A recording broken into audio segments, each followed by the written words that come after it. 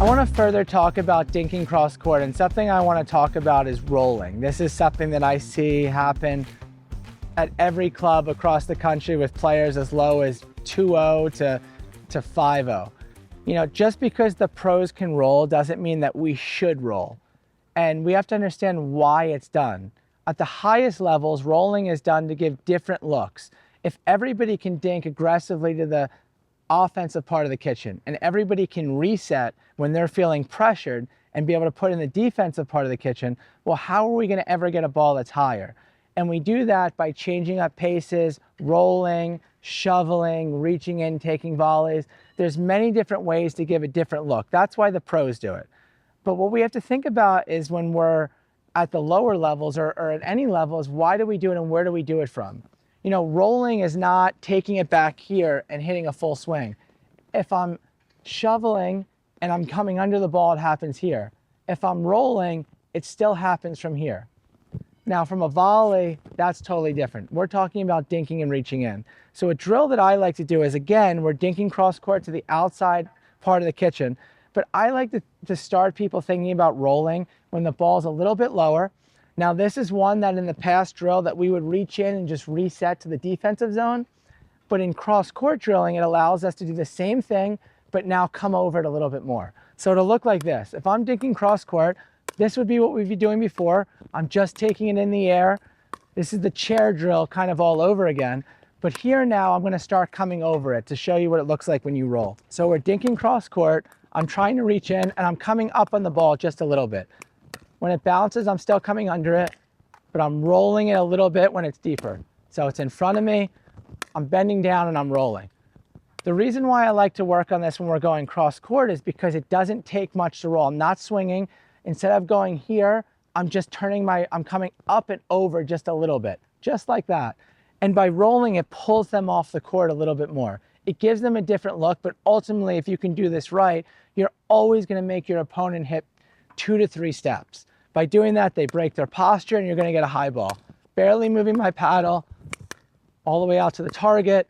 I'm just lifting. This all is shoulder and legs. Up here, shoulder and legs the whole time, all the way out to my target. There you go. Keeping it low every time.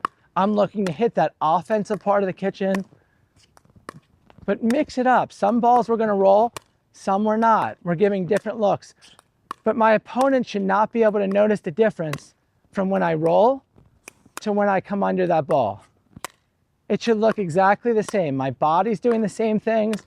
It's just my wrist that's slightly different. Coming under it, rolling. Coming under it, rolling. It's creating habits. It's giving me options. I'm not doing something crazy. Rolling is not a way to hit a winner because, again, these are balls I'm taking from below the net. The objective of taking the ball in the air is to take away time from my opponent and give myself more time. And I'm taking the ball in the air because my opponent is starting to hit the ball deep to me. And you can do 2 things when people hit the ball deep. You can move back, which is going to ultimately give them more chance to attack and make it harder for you to hit it short. And once you lose the kitchen, you basically lose the point. Or you can start taking the ball in the air. I can take the ball in the air and reset it. I can take the ball in the air again and I can roll it. And as you're changing the pattern on your opponents, they're gonna have trouble keeping that ball down. And if you can do it enough times, especially from the 2-0 level all the way up to the 4-5 level, it won't take many balls before you have a high one that you can put away.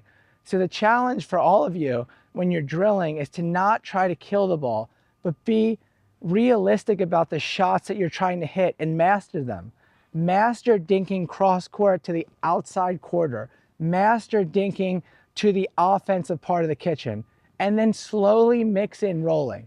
Rolling is not something that's difficult, but it's also something that's very easy to make difficult if we're trying to do too much. It's very small adjustments that make huge differences. It always comes from a locked wrist, but no matter what you hit in pickleball, it's coming from your legs and it's coming from your shoulder. It's not coming from your wrist.